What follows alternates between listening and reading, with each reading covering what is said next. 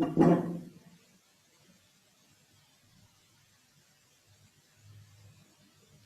pagi anak-anak. Selamat pagi. Selamat pagi, Bu. Ya. Pagi, Bu. Ya. Sudah siap mengikuti pelajaran hari ini ya? Sudah. Masih semangat? Masih. Ya, kita awali pembelajaran dengan Panganjali. Om Swastiastu.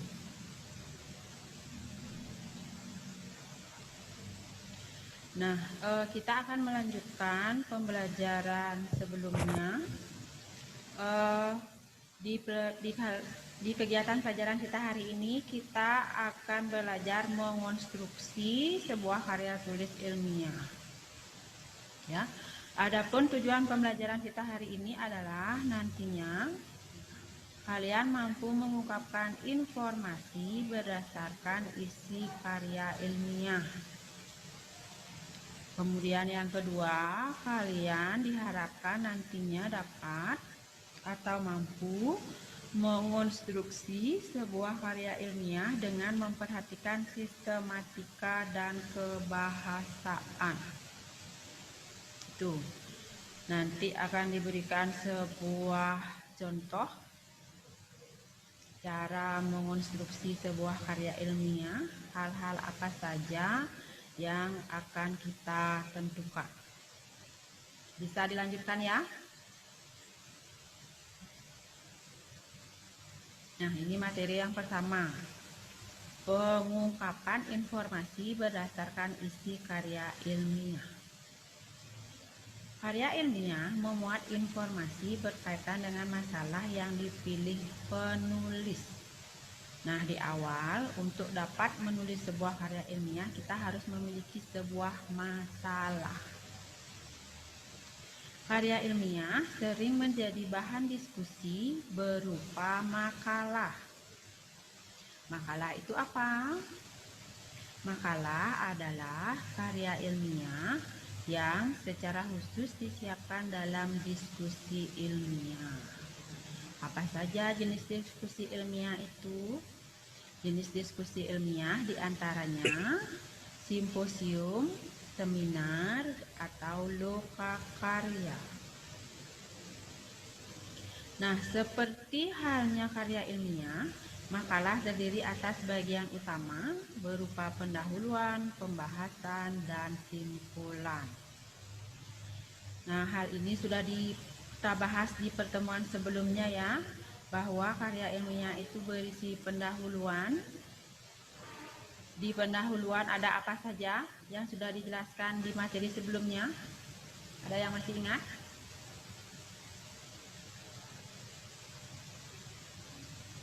Ada latar belakang, ada rumusan masalah, ada tujuan, ada manfaat.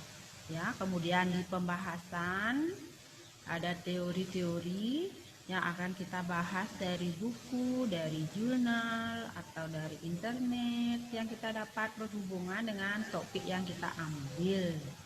Dan yang terakhir ada simpulan. Sampai di sana bisa kita lanjutkan? Bisa ya? Bisa. Saya ingatkan kembali tentang pendahuluan, pembahasan, dan simpulan yang sudah pernah kita bahas di pertemuan sebelumnya. Nah, bagian pendahuluan menguraikan masalah yang akan dibahas penulis. Bagian ini meliputi latar belakang, perumusan masalah, dan tujuan. Latar belakang itu berisi alasan diambilnya sebuah topik. Kemudian perumusan masalah. Perumusan masalah berupa kalimat apa? Ada yang masih ingat? Perumusan masalah berupa kalimat apa? Ya, berupa kalimat tanya. Ya. Kemudian tujuan. Tujuan menjawab permasalahan. Menjawab perumusan masalah berupa kalimat pernyataan. pertemuan sebelumnya sudah diinformasikan bagaimana cara menentukan tujuan. Kita hilangkan kata tanya dan kalimat tanya di perumusan masalah. Kita tambahkan kata untuk mengetahui. Itu. Ya. Lanjut ke pembahasan. Nah, bagian pembahasan memuat uraian hasil kajian penulis berdasarkan rumusan masalah yang telah ditentukan. Nanti di belakang akan ada contoh. Penulis dapat menyertakan argumentasi dari para ahli untuk menemukan pemecahan masalah yang telah dirumuskan. Nah, di pembahasan ini tidak hanya perlu argumentasi atau pendapat-pendapat dari para ahli, tapi juga simpulan dari penulis tentang pendapat para ahli yang sudah didapatkan. Itu. Misalnya teori tentang A. Teori tentang A itu didapatkan dari 3 buah buku dari 3 penulis. 3 buah buku dari 3 penulis itu disimpulkan lagi oleh penulis karya ilmiah itu di karya ilmiahnya. Itu ya. Kemudian yang terakhir, simpulan. Simpulan adalah makna yang diberikan penulis terhadap hasil pembahasannya. Nah, ini dijelaskan lagi di bawahnya bahwa simpulan berbeda dengan ringkasan isi karya ilmiah. Nah, pemahaman kalian itu dari dulu bahwa simpulan itu adalah ringkasan. Nah, tidak sama ya dengan ringkasan. Dalam menyajikan simpulan, penulis mengacu kembali kepada permasalahan yang dirumuskan pada bagian pendahuluan. Di simpulan ini disebutkan jawaban dari rumusan masalah dan tujuan yang sudah dirumuskan. Itu dia, bukan ringkasan dari hasil pembahasan yang kalian uraikan di pembahasan. Itu. Nanti akan ada contohnya di belakang. Sampai di sini dulu. Setelah dibangkitkan ingatannya tentang pendahuluan, pembahasan, dan simpulan, bisa saya lanjutkan? Saya? Ya. Nah, ini. Terakhir, setelah simpulan ada bagian akhir. Bagian akhir karya ilmiah harus dilengkapi dengan sumber acuan atau daftar pustaka. Pertemuan sebelumnya sudah disinggung sedikit tentang daftar pustaka. Ada yang masih ingat penulisan daftar pustaka? Ada nama penulis, ada tahun terbit buku, kemudian ada judul buku. Setelah judul buku ada tempat terbit buku, kemudian ada nama penerbit buku tersebut. Nah, nanti akan ada contohnya lagi di belakang. Sumber acuan adalah sejumlah sumber yang digunakan dalam penulisan makalah. Sumber acuan dapat berupa buku, jurnal, majalah, surat kabar, atau laman internet. Ayo sekarang kita kembali ingatannya ke penulisan daftar pustaka. Ini ada contoh lagi ya. Nanti akan ada contoh yang berbeda-beda, baik dari buku, kemudian dari jurnal atau makalah, dan dari internet. Supaya bisa dibedakan nanti ya.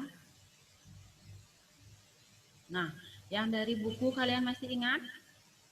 Yang dicontohkan pertemuan sebelumnya, ini lagi ada ya. Armstrong, Thomas. Nah, dalam penulisan daftar pustaka kembali saya ulangi bahwa Nama penulis itu dibalik, nama belakangnya ditaruh di depan. Nama sebenarnya adalah Thomas Armstrong. Nah, ini dia Armstrong, Thomas. Perhatikan tanda baca. Setelah nama penulis ada titik, kemudian tahun 2002 titik. Judul buku, Sekolah para Juara Menerapkan Multiple Intelligence di Dunia Pendidikan. Terbit di Kota Bandung, diterbitkan oleh penerbit Kiva. Dan tanda baca juga di akhir. Masih ingat ya tentang penulisan daftar pustaka dari buku? Nah, sekarang bagaimana dengan penulisan daftar pustaka dengan identitas buku berikut? Ada judul bukunya, Family Medical Care Volume 4. Penulisnya Dr. John F. Nick. Penerbitnya Indonesia Publish House. Kota terbitnya Bandung. Tahun terbitnya 2001. Ada yang bisa menuliskan daftar pustakanya?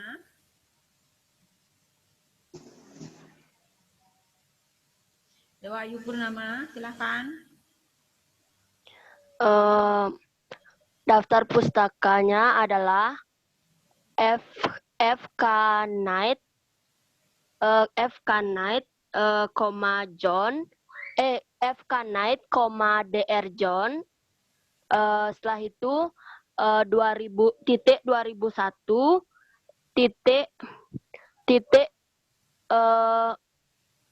Family Medical Care Volume 4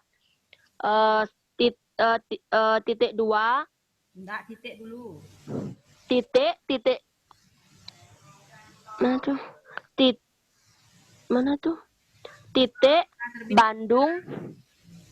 Bandung titik 2 Indonesian Public House. Indonesian Publish House. Ya. Ya. Coba pendapatnya Devi. Devi Sutadewi, silahkan. Ditampung dulu ya, baru satu. Bagaimana dengan penulisan gelar, pemakaiannya dalam daftar pustaka? Devi, silahkan dicoba.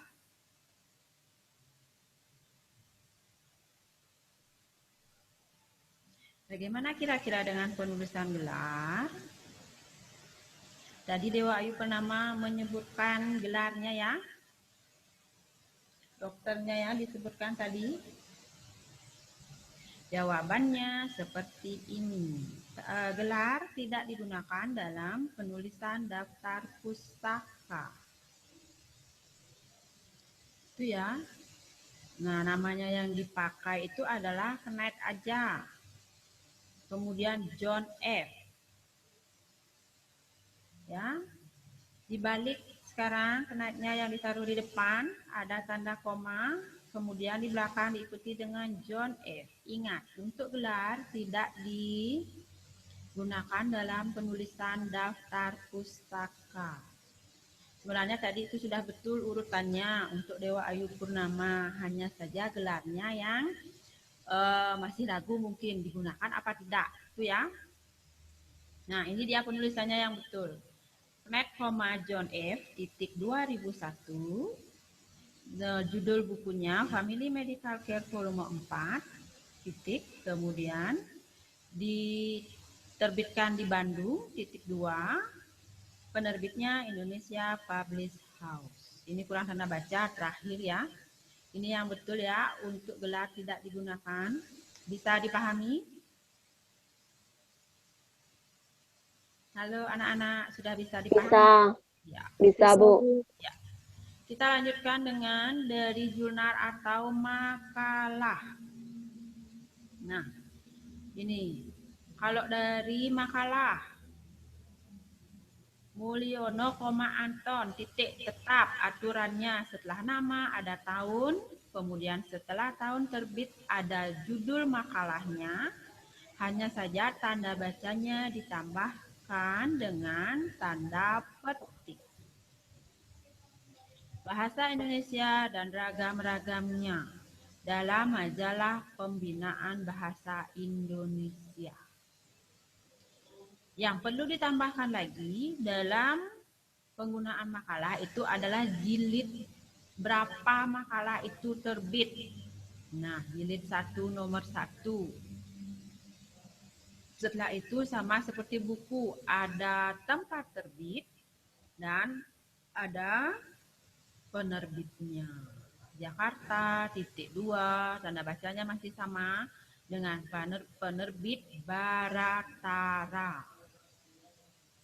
Nah, bagaimana dengan jurnal? Jurnal dengan penulis Alia Maulia. Jurnalnya terbit tahun 2010. Halaman 18 sampai 20.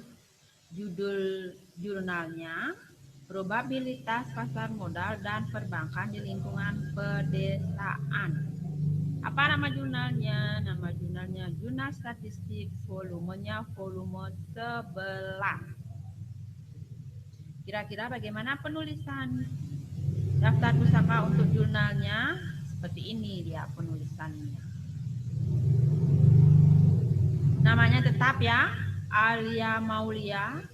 Tidak ada tanda koma di antara keduanya. Kemudian tahun terbit masih sama, seperti urutan kita di buku tahun 2010.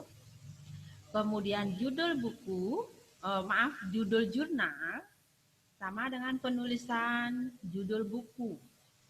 Ditulis menggunakan cetak miring. Probabilitas pasar modal dan perbankan di lingkungan pedesaan. Kemudian nama jurnalnya apa? Jurnal Statistik. Volumenya volume 11, jilid 2. Kemudian halamannya halaman berapa? Halaman 18 sampai 20. Nah, ini ya contoh dari makalah dan dari jurnal. Kalau dari makalah, penulisan judul diisi tanda petik. Kemudian tetap ada nama kota terbitnya dan nama penerbitnya. Tapi kalau di jurnal kita lengkapi dengan nama jurnalnya apa, volume keberapa, dan halaman berapa. Bisa dipahami ya anak-anak bedanya? Halo, bisa dipahami bedanya? Bisa, Bu. Ya, Bisa, bisa. Bu. Ya. Kita lanjutkan.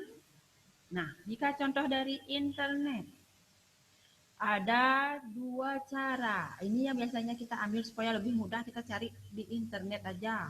Karena belum ketemu bukunya. Tapi akan lebih bagus jika yang kalian temukan dulu adalah bukunya. Itu ya, sebagai referensi kita baca dulu bukunya. Jika memang tidak ketemu bukunya, kita cari di laman internet. Ada dua cara. Ada cara cepat dan ada yang panjang. Nih contoh pertamanya yang cepat. Kita misalnya mengambil sebuah teori tentang karakter dari tulisannya Wanto Aji tahun 2013. Judulnya Pemimpin Berkarakter Ulu Albab. Di mana kita temukan tentang itu? Nah, di alamat ini yang tercantum di sana. waspadamedan.com. Kapan kita mencari informasi itu? Diakses pada 8 Januari. Nah, tapi kalau cara panjangnya seperti di bawahnya. Dilengkapi dengan siapa nama penulisnya, apa judul bukunya, apa judul teori yang kita cari. Nah, kemudian diunduh kapan dan tersedia di laman internet di web apa? Nah, ini. Silahkan bisa nanti memakai cara cepat atau cara panjang, silahkan. Yang jelas sama isinya. Siapa penulisnya, kapan tahun diterbitkannya, apa judulnya, tidak berisi keterangan lagi. Kalau cara pendeknya tersedia di internet, gitu enggak ya? Kemudian diunduh atau diaksesnya tanggal berapa, kemudian bisa dilengkapi dengan tahun berapa.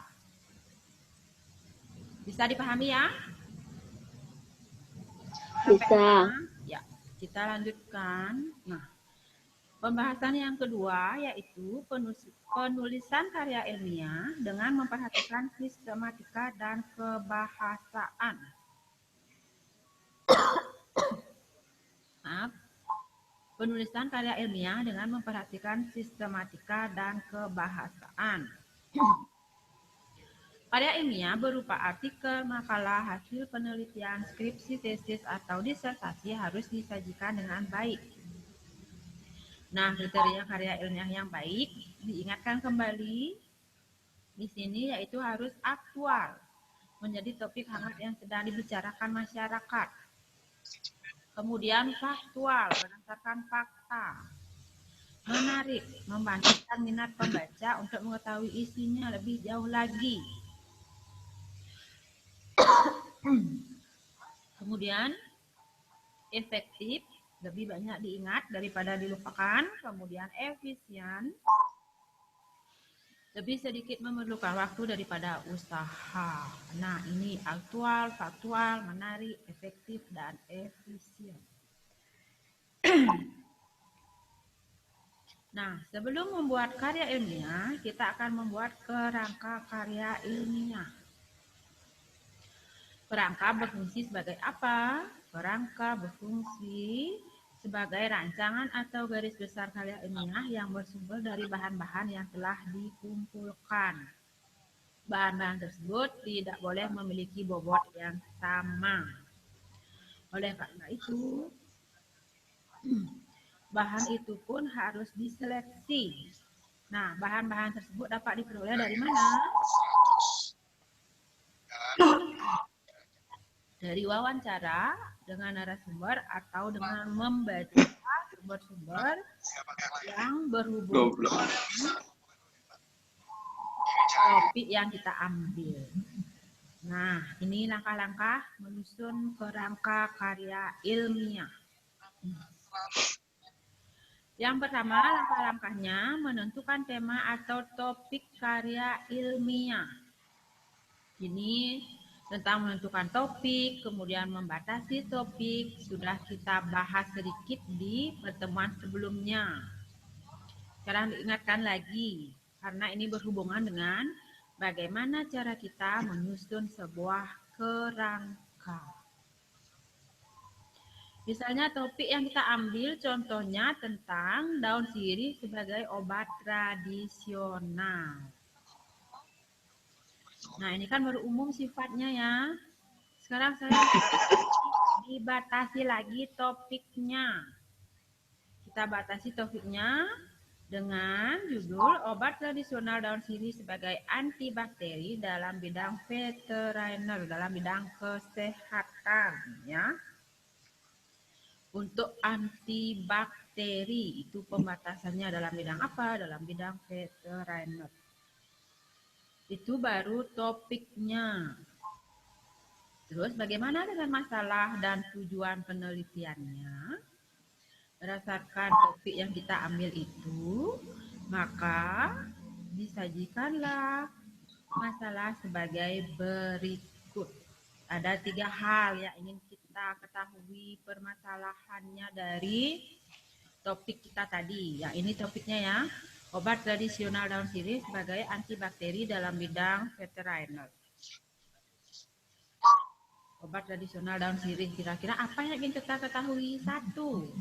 Apakah definisi obat tradisional? 2. Apa saja komponen daun sirih sebagai antibakteri? Kemudian 3. Apa saja kegunaan daun sirih dalam dunia veteriner sebagai pengobatan masivis? Di dalam dunia kesehatan ya. Nah, sama seperti yang tadi sudah dijelaskan bahwa perumusan masalah itu berupa kalimat tanya. Nah, ini dia contohnya. Bisa dipahami sampai di sini tentang rumusan masalah? Bisa, Bu. Ya.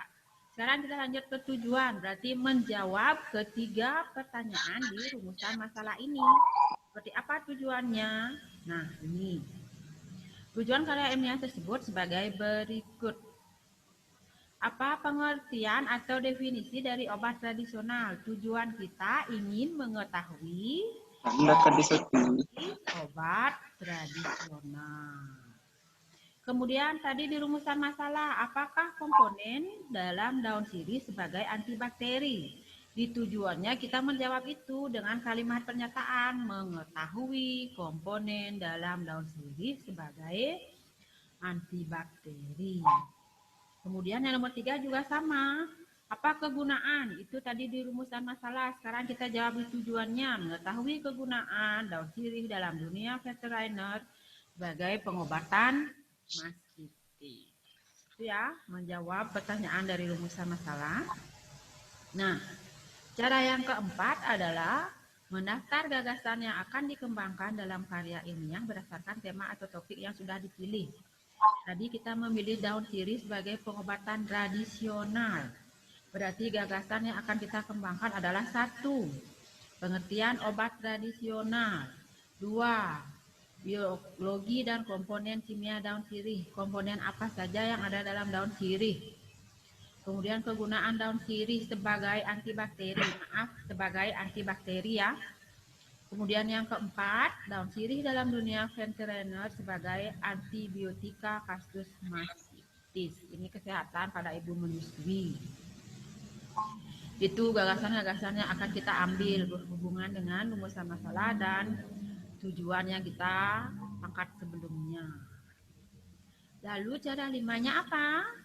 Cara 5, kita akan menyusun kerangka yang sudah kita buat tadi. Penyusunan kerangka karya ilmiah bertujuan agar susunan karya ilmiah sistematis, berurutan, sesuai dengan rumusan masalah yang kita susun, sesuai dengan tujuan yang kita dapatkan, dan sesuai dengan pembahasan kita tadi. Langkah ini sangat membantu dalam penelusuran sumber-sumber yang diperlukan dalam pengembangannya. Nah, perhatikan contoh kerangka dari topik yang sudah ditentukan. Dari topik yang sudah kita tentukan tadi, penggunaan daun sirih sebagai obat tradisional, di pendahuluan kita akan membuat tentang keberadaan tanaman obat di Indonesia. Bagaimana tanaman obat di Indonesia, khususnya nanti daun sirih. Kemudian B, banyaknya penelitian tentang obat tradisional akibat itu kita buat di pendahuluan. Terus apa yang kita buat di pembahasan? Yang kita buat di pembahasan sama dengan jawaban kita dari perumusan masalah, yaitu pengertian obat tradisional, komponen kimia daun sirih, kegunaan daun sirih sebagai antibakteri, dan daun sirih dalam dunia veteriner kesehatan sebagai antibiotika. Lalu kesimpulannya seperti apa di penutup? Di penutup kita buat apa? Bukan kita buat ringkasan. Tapi dalam simpulan disebutkan kembali simpulan penulis tentang hal-hal yang sudah dibahas dalam pembahasan. Ingat, simpulan penulis. Bukan pendapat dari para ahli yang kita dapatkan, tapi simpulan penulis karya ilmiah bersangkutan. Apa saja simpulannya? A. Simpulan pengertian obat tradisional. Kemudian simpulan kandungan kimia dalam daun sirih. Simpulan tentang kegunaan daun sirih. Dan simpulan tentang daun sirih dalam dunia veteriner. Sampai di sana bisa dipahami? Bisa ya? Bisa, Bu. Nah, untuk dapat mengembangkan, kita harus mengumpulkan bahan. Pengumpulan bahan sangat penting dalam penyusunan karya ilmiah. Langkah ini berbeda saat kita menyusun karya fiksi. Kalau fiksi kita dapat mengarang, berimajinasi. Agar karya ilmiah lebih akurat, penulis memerlukan sejumlah teori dan data yang mendukung terhadap topik yang dipilih. Bahan-bahan yang dikumpulkan bersumber dari mana? Dari buku, dari jurnal ilmiah, dari surat kabar, internet, dan sumber lainnya. Selain itu, data dapat kita peroleh dari mana?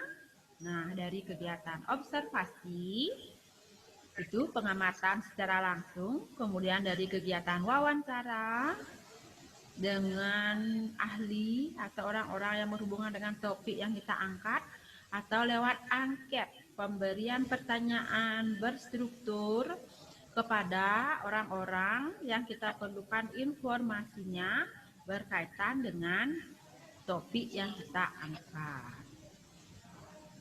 Itu ya cara mengumpulkan bahan. Nah, dari judul yang kita ambil tadi, kita dapat mencari buku. Buku apa yang dapat kita cari? Ini dia. Buku tentang khasiat dan manfaat daun sirih.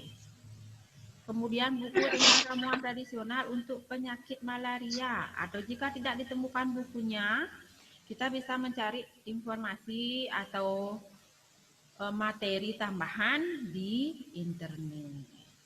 Itu ya, jika tidak ketemu bukunya. Nah, yang terakhir apa yang harus kita lakukan? Kita harus mengembangkan kerangka karangan kita tadi menjadi sebuah karya ilmiah utuh dan lengkap. Kerangka yang telah dibuat dapat dikembangkan penulis berdasarkan teori dan data yang telah dipersiapkan sebelumnya. Itu yang kita persiapkan tadi sebelumnya, topiknya apa, rumusan masalah, tujuan, kemudian pembahasan, teori apa, bahan-bahan yang harus kita kumpulkan, kemudian apa yang harus kita sampaikan di simpulan. Ini yang nantinya kita kembangkan dengan memperhatikan apa? Memperhatikan kaidah-kaidah kebahasaan yang berlaku. Tentunya dalam penulisan karya ilmiah. Sampai di sana bisa dipahami anak-anak? Bisa, Bu. Nah, di sana yang akan kita pelajari hari ini, kesimpulan kita adalah bahwa langkah-langkah dalam menyusun karya ilmiah ada 7. Apa saja? Yang pertama, menentukan tema atau topik. Yang kedua, membatasi topik agar tidak terlalu luas. Kemudian menentukan masalah dan tujuan. Lalu mendaftar gagasan yang akan dikembangkan. Kemudian menyusun kerangka karya ilmiah, tentunya dengan acuan penulisan karya ilmiah ya. Pendahuluan itu ya, pendahuluan, pembahasan, dan penutup. Kemudian mengumpulkan bahan, dan yang terakhir adalah mengembangkan kerangka karya ilmiah menjadi sebuah karya ilmiah utuh. Nah, itu. Sampai di sini pelajaran kita hari ini. Semoga bisa dipahami anak-anak ya. Bisa dipahami sampai di sini? Bisa, Bu. Ya. Selamat pagi. Semoga kalian masih semangat mengikuti pelajaran selanjutnya. Silakan tetap di rumah dengan rajin mencuci tangan. Kemudian pakailah masker. Hindari keramaian. Iya, Bu. Jika harus pergi ke tempat ramai, silahkan bawa hand sanitizer, tetap pakai maskernya, dan jaga kesehatan dengan minum vitamin. Saya akhiri pelajaran hari ini anak-anak. Saya tutup dengan Paramesanti. Om Santi, Santi, Santi, Om. Terima kasih, Bu. Ya, terima kasih untuk hari ini.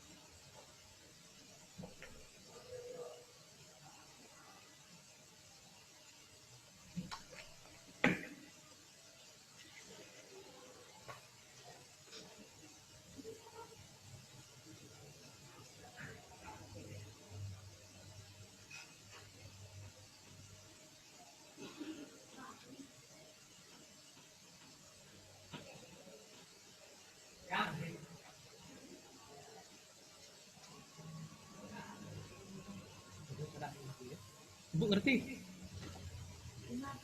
Ingat teknisnya Ibu? Oh, Niki praktis yang aku. Oh. Lucu sih klik sama.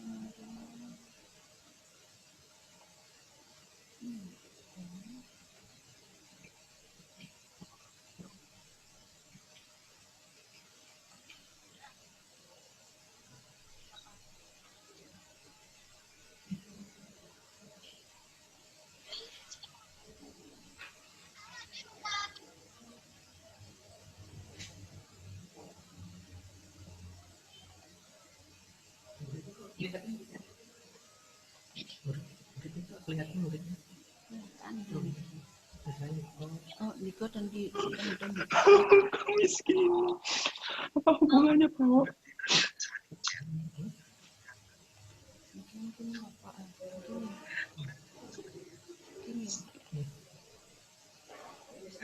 Oh, klik ini.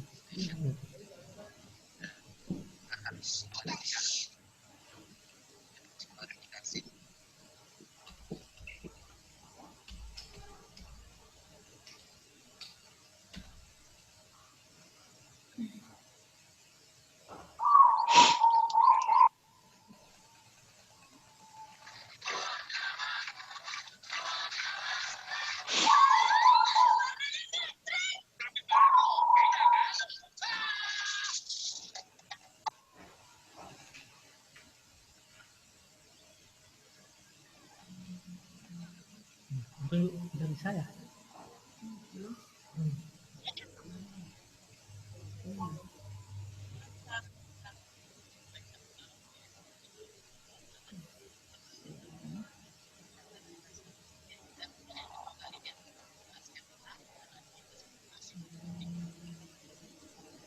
kok hilang sih. Nah, ini. Ya.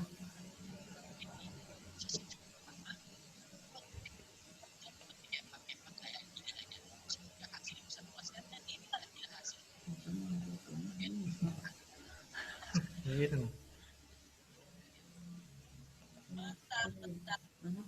Ya. Ya.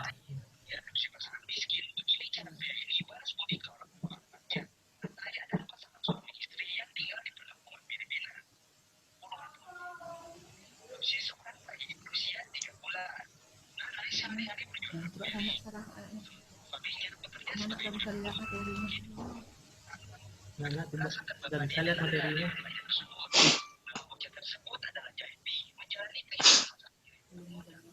Bisa, Pak. Ya, ya. Puisi.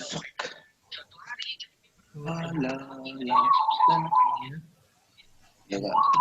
Kita lanjut di pelajaran ini. Mari kita ucapkan panganda 5. Om Swastiastu. Untuk materi hari ini kita bahas puisi Bali Anyar. Itu modern.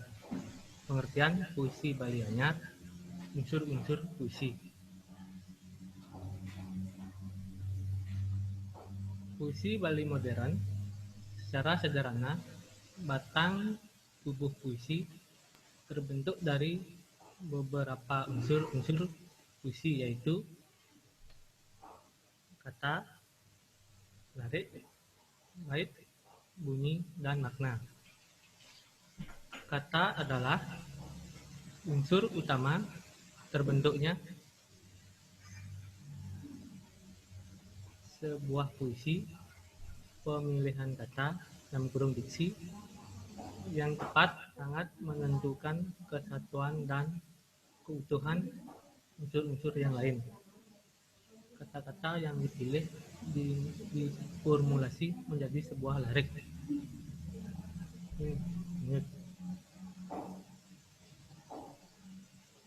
Lirik atau baris mempunyai pengertian berbeda dengan kalimat dalam prosa.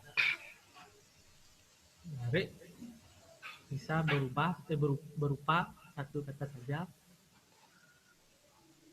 bisa frase, bisa pula seperti sebuah kalimat. Ini seperti sebuah kalimat pada puisi lama. Jumlah kata dalam sebuah larik biasanya 4 buat. Tapi pada puisi baru tak ada batasan. Oke. Bait merupakan kumpulan larik yang tersusun harmonis. Pada bait inilah biasanya ada kesatuan makna. Pada puisi lama, jumlah larik dalam sebuah bait biasanya 4 buah, tetapi pada puisi baru tidak dibatasi. Yang berikutnya bunyi, dibentuk oleh rima dan irama. Rima atau persajakan adalah bunyi-bunyi yang ditimbulkan oleh huruf atau kata-kata dalam larik dan bait. Yang berikut irama atau ritme adalah pergantian tinggi rendah, panjang pendek, dan keras lembut ucapan bunyi. Timbulnya irama disebabkan oleh perulangan bunyi secara berturut-turut dan bervariasi. Yang kurung misalnya karena adanya rima, perulangan kata, perulangan bait, tekanan-tekanan kata yang bergantian, keras lemahnya karena sifat-sifat konsonan dan vokal atau panjang pendek kata. Nih. Makna adalah unsur tujuan dari pemilihan kata, pembentukan larik dan bait. Makna bisa menjadi isi dan pesan dari puisi tersebut. Melalui makna inilah misi penulis puisi disampaikan. Ini. Pengertian puisi Bali Anyar punika wantah sastra sane kaangge ngartang pebesen ngangge basa sane bawa nanging dagingnya padat. Puisi puniki sastra sane kekomunikasian Oyo Jagantro sakewanten karya sastra sane madaging basa muah napi sane kecingak ini kauripan ngimbakan tur najepang kontak-kontak ring sane katerapin. Unsur-unsur ring puisi sane pertama tentang pengkalih rasa, samping 3 nada tangkap pengawi, ane ping 4 pebesan atau pitekat. Mangda pepacan puisinya lengut tur ngelangunin pinih becek telebang dumun ugar-ugar ngwacen sekadi ring sor puniki. Kita ngajar ini.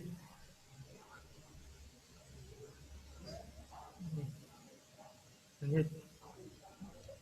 Ane pertama resep komo wiraso. Pinih rin sedurunge ngwacen patut resepan dumun suksemo. Wirasan utawi untang puisi sane jadi kawacan napike puisi punika madaging indek kesinatrian, kelulutan, kesengsaran utawi sane tiosan. Yentan tatas uning ring sukseman puisine punika sinah nguituang pepacan sane tan becik utawi sengsal. Sengkalih suara utawi wiramo. Yen sampun tatas ring wirasan puisi sane kawacan patut hanutan mangkin ring wiraman suara rikalaning wacan.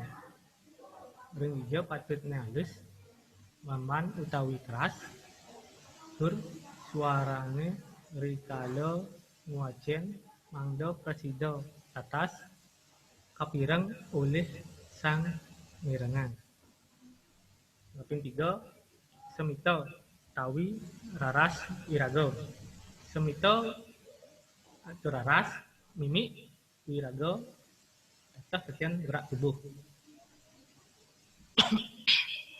Rikala ngocen puisi semito lan wiragane patut anyutang ring wiraman swara miwah ring wirasan puisine sane kewacon yen sukseman puisine indik kesengsaran wenang wiraman swara semito miwah wiragane anut sekadi anak kesengsaran yen sampun asapunika sinah prasida pepacan puisine pangus mengut tur ngelangenin. Oke, lanjut. Sane kaping 4 wates lengkaro. Mangda tekan ketua bebaosan utawi untang pikayun sane wenten sajroning puisi patut tatasan ugi ring hija patutne bebaosan utawi pepacane majanggelan utawi merarian sajabaning puniki rikala majanggelan sang wacen polih masengan. Wacan puisi ringsor manut ugar-ugar wacan puisi suwung siro ruruh siro jujuh sami jaga tandruh pantah lintang kawuh ngeruruh sane durung kaweruh siro ruruh dados upuh dipih nijuh tanpa suluh jantan tan kepangguh napi ruruh napi jujuh ring dijo ruruh sane tan kepanggih yen durung raga sutendih jantan sami suwung puyung mungmung luwung doning wantah ida meraga suwung. Itu contoh puisi dikarang oleh Tapo. Dagang poh semang remang kepekan nyun sobek luh pidit ngalih gari ungkat ungkit apan sadino ijening ling tuaro nawan pusing ada brano metimpuh metedoh dipekan ngadap poh mepenyir manis mau budi pati apang sekan manisi sujati tur kedandanin ban patan dagang sujati manis dados katawah pipis katos ane meli liunan raos tur ketawah mudah ai tenah dengah nyakitin tangka teko mantri pasar langsar nagih pipis turin ngamis sising dadi tegahan lat bedik sok dagang kangkit dagang poh luh pidit ingat teken ijening ngeling itu juga ya. Sasih karo ring Bali sasih karo ring Bali sediain saput lemar suryane ngedengang ngeragau nanging kenyempipun dingin ketiban ring kopine acangkir sasih karo ring Bali ambil saput lemar kurung ragane serahino ngiring mau paus rago-rago sarang kopi acangkir ke ketus saking pupulang puisi galang angin imadi taruh.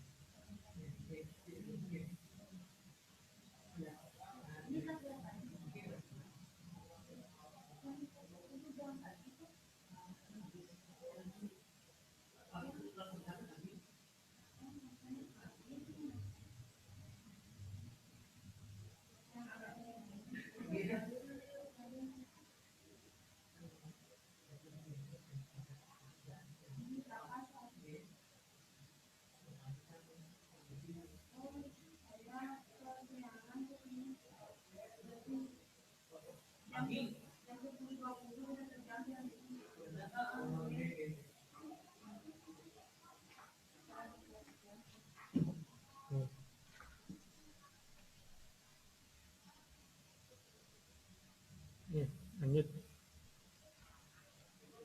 Angin darat tur angin pesisir. Mayus dipun ngupinin taru-taruan. Rauh ring pucuk Meru. Nenten-wenten kidung rahina mangkin. Mawinan nenten wenten rainan katur. Ring suryan jagat angin tur garbo. Cukup untuk isi. Sip. Bali, Guru Yudapani. Tabuh Solah lan Wiramo.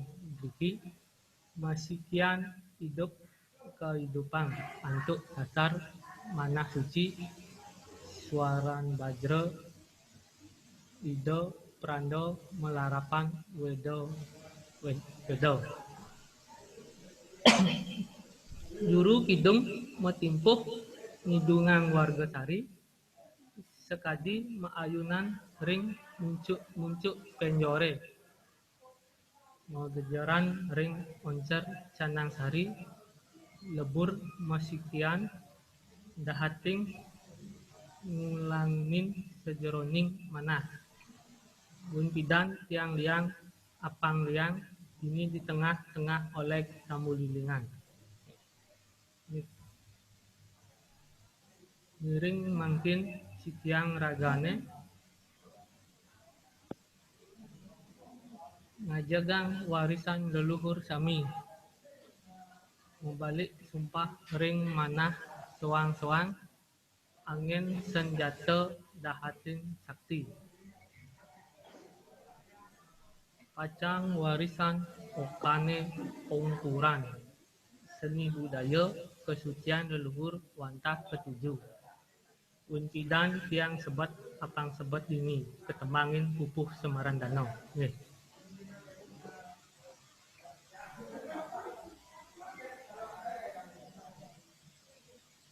Enten pertanyaan ke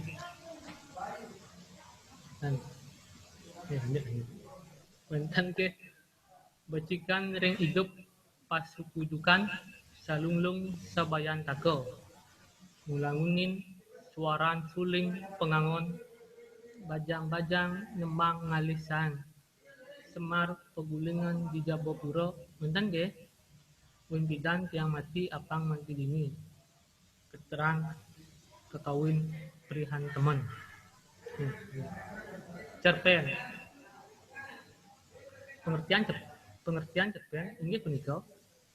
Cerpen inggih punika jenis karya sastra pun yang dipaparkan atau dijelaskan dalam bentuk tulisan yang berwujud sebuah cerita atau kisah secara pendek, jelas, serta ringkas. Cerpen bisa disebut juga dengan sebuah prosa fiksi yang isinya tentang pengisahan yang hanya terfokus pada satu konflik atau permasalahan pun.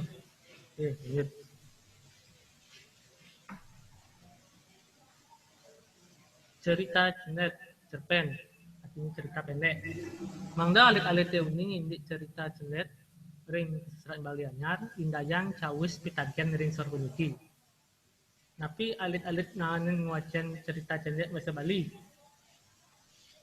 ada yang pernah membaca ini cerpen nah ini lanjutnya teman-teman iki ini seni pertama tegas cerita cendet cerpen cerita cendet atau cerpen ngeranjing ring wawidangan kesusastraan Bali anyar modern sane marupa gancaran lanjut yening selahin saking wangunane cerita cendet punika boyoja kesusastraan asli saking Bali puniki wantah kesusastraan sane rauh saking dura negara. Oke, lanjut. Tegas carita cendet. Manut Nursito dalam kurung 2000.2.112 cerita cendet mantah sesuratan sane marupa lancaran sane medaging cerita ini kahuripan saking para pragina tempurung tokoh ring cerita cendet punika sekiwanten nenten jam makasami pemargin kahuripan para praginane kecaritayan. Yening Manut Susanto dalam kurung Tarigan 1984 cerita cendet mantah sesuratan sane medaging cerita sane nenten yakti kawentanane kurung titip miwah presida puput kawacen panteraning 15 menit kanthi 2 jam utawi kathah kebaos abis baca sekali duduk. Buku pupulan cerita cendet Raris Medal Warsa 1975 sane mamuda ketemu ring tampak piring kawi oleh Imade Sandro. Raris ring Warsa 1977 malih medal malih buku pupulan cerita cendet sane mamuda togo kekawi oleh Ki Nyoman Mandau. Kekalih puniki pengawi sastra Bali anyar saking Gianyar. Selanjutnya panglima cerita cendet ring Bali Sayan Sikil Pisan. Antos warta 1980-an wau ngawit malih wonten saka gede ngawit anom-anom sane makarya cerita cendet mewah kemedalang ring koran. Ciri-ciri cerpen punika pertama, kata dalam cerita tidak lebih dari 10.000 kata. Tulisannya lebih singkat jika dibandingkan dengan novel. Isi kebanyakan mencerminkan kisah sehari-hari. Tokoh cerpen itu sederhana dan karakternya tidak mendetail, bersifat fiktif. Habis ceritanya jikalau dibaca sambil dalam keadaan duduk. Kata-kata mudah sekali untuk dipahami oleh pembacanya.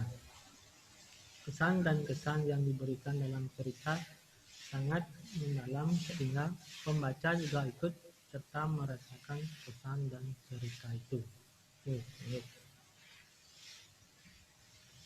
Unsur cerpen.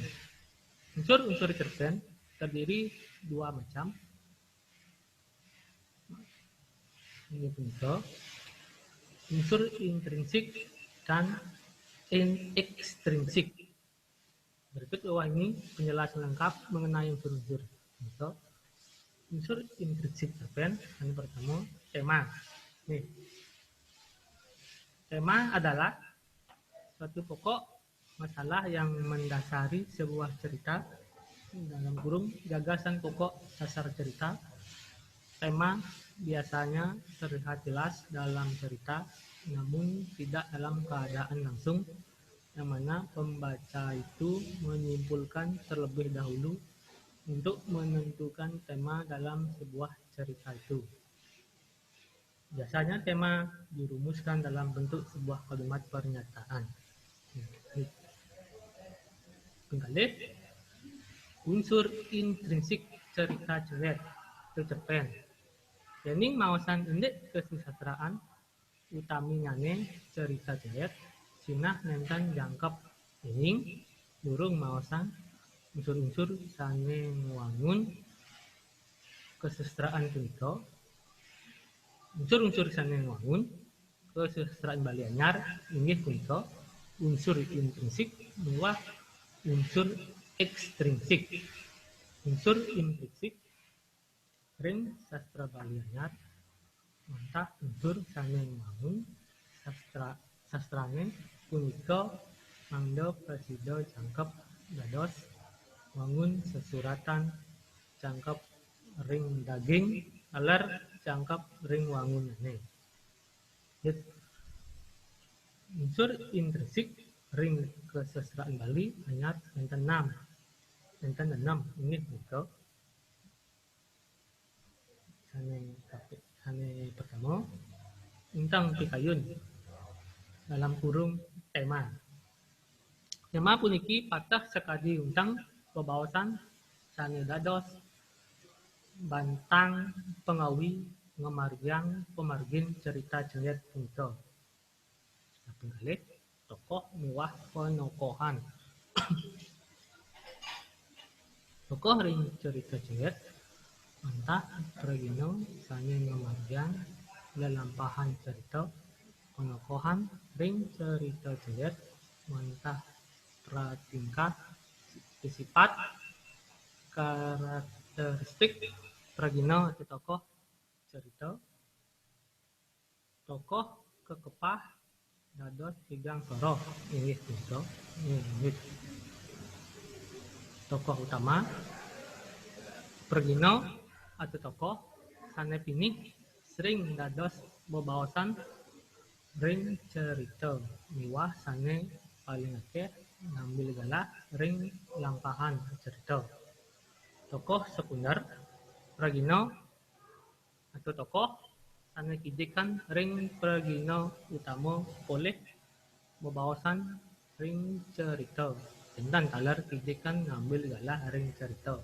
Tokoh komplementer Regino pegenap ring cerita kewentanyane entah pinaga pegenap pemargi lelampahan cerita penokohan ring cerita jeliet kesusastraan Bali anyar kekepah dados tiga soroh inggih punika protagonis pun Regino puniki menduwe pratingkah sane becik cemat mupitulung luwak miwah sane tiosan. Dan antagonis Regino punika menduwe pratingkah sane nenten becik nenten kayun mupitulung sorah nyapa kadiaku miwah sane tiosan. Enten tritagonis Regino sane dados penengah ring kewentenan tokoh protagonis miwah tokoh antagonis. Ampun. Latar waktu kewentenan galah ada waktu rikala ceritane memargi indah tadi di Semangan dan titik 2 Semangan Sanjo Petang miwah sane tiosan. Latar tempat kewenten genah rikala ceritane memargi indah tadi ring griya ring sekolah ring kantor bupati miwah sane tiosan. Latar sosial kahanan sosial ring sejroning pemargin ceritane ring sewewengkon kauripan Regino tokoh dina kadi kauripan manungsa Bali ring pedesan kauripan ring trangahing so kalih alur atau plot.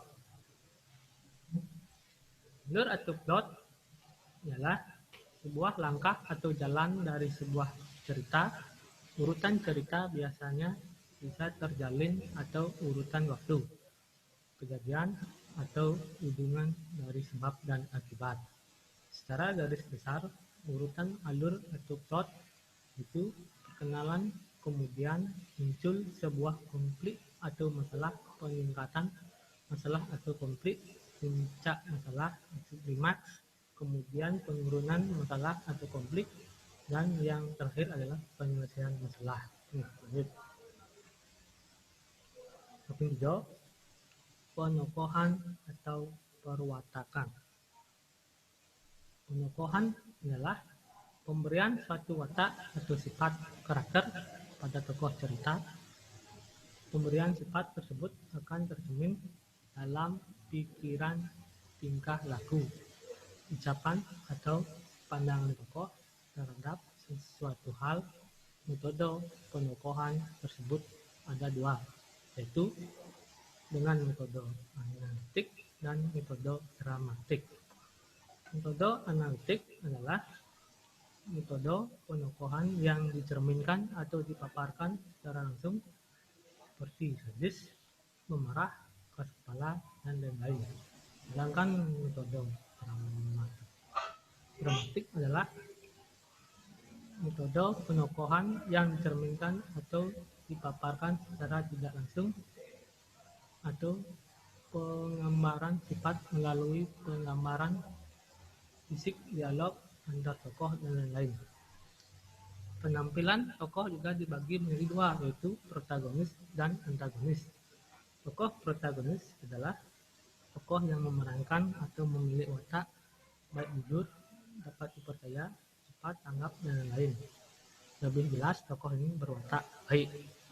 Jika tokoh antagonis adalah tokoh yang memerankan atau memiliki watak jelek, pendendam, jahat, sombong, dan lain-lain. Setting atau latar ke keempat. Setting atau latar adalah tempat, peristiwa, waktu, dan suasana cerpen itu dilakukan.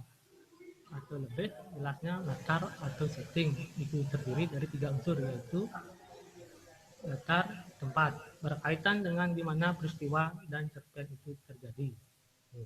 Latar itu berkaitan dengan kapan peristiwa dalam cerpen terjadi.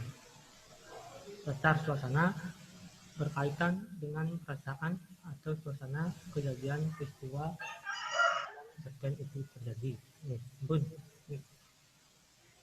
Nah, sudut pandang atau point of view.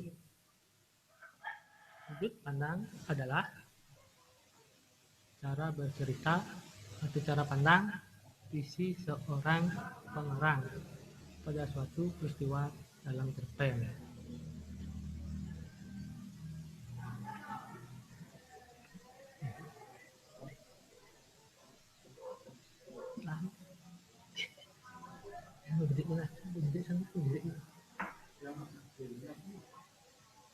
Sudut pandang dibagi menjadi beberapa, yang diantaranya yaitu sudut pandang orang pertama atau dengan gaya bahasa aku, dan lain-lain. Sudut pandang peninjau atau orang ketiga. Sudut pandang campuran, bisa orang pertama atau ketiga. Dalam sudut pandang kata ganti orang dibagi menjadi 3, yaitu kalian udah tahu itu ya, nggak usah ya lagi dijelasin. Seperti kami, sudut pandang orang pertama yaitu orang yang berbicara, contohnya seperti kata aku, saya, gue, atau untuk tunggal, seperti kami, kita, itu untuk jamak. Sudut pandang orang kedua yaitu orang yang dibicarakan, contohnya seperti kamu, engkau, untuk tunggal, seperti kalian, untuk jamak. Sudut pandang orang ketiga yaitu orang yang dibicarakan, contohnya seperti dia, untuk tunggal, seperti mereka, untuk jamak. Amanat, ya dari itu jenis ini. Amanat. Amanat adalah sebuah pesan atau harapan seorang penulisan cerita kepada pembaca agar pembaca mau bertindak atau melakukan sesuatu. 7. Gaya penceritaan. Gaya penceritaan itu dapat dilihat dari segi bahasa dan nada. Dari segi bahasa, kalian bisa mencermati adakah kekhasan dari sebuah cerpen itu dalam pemilihan sebuah gaya bahasa atau majas, ungkapan yang digunakan. Jika dari segi nada, kalian dapat mencermati apakah ada kesan nada yang menimbulkan rasa romantis, simpati, dan sebagainya dalam cerpen tersebut. Ini lanjut. Unsur intrinsik cerpen. Selain unsur intrinsik, cerpen juga memiliki beberapa unsur ekstrinsik yang lain. Antara lain adalah yang pertama, latar belakang masyarakat. Pengaruh latar belakang masyarakat kepada pembuatan cerpen itu sangatlah berpengaruh. Pemahaman untuk itu bisa berupa antara lain adalah kondisi politik, ideologi negeri, kondisi sosialnya, dan juga kondisi perekonomian masyarakat. Kembali, latar belakang seorang pengarang. Latar belakang pengarang itu terdiri dari biografi pengarang tersebut, bagaimana kondisi psikologis pengarang, bagaimana serta aliran sebuah sastra yang dimiliki penulis sangatlah mempengaruhi terhadap terbentuknya sebuah cerpen. Ya, karena waktunya sudah lewat, mungkin kita sampai pertanyaan di sini. Oke.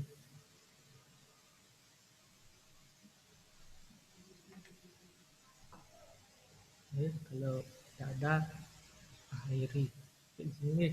Udah waktunya udah lewat. Oke, kita berucapan sama Santi. Om Santi Santi Santi Om.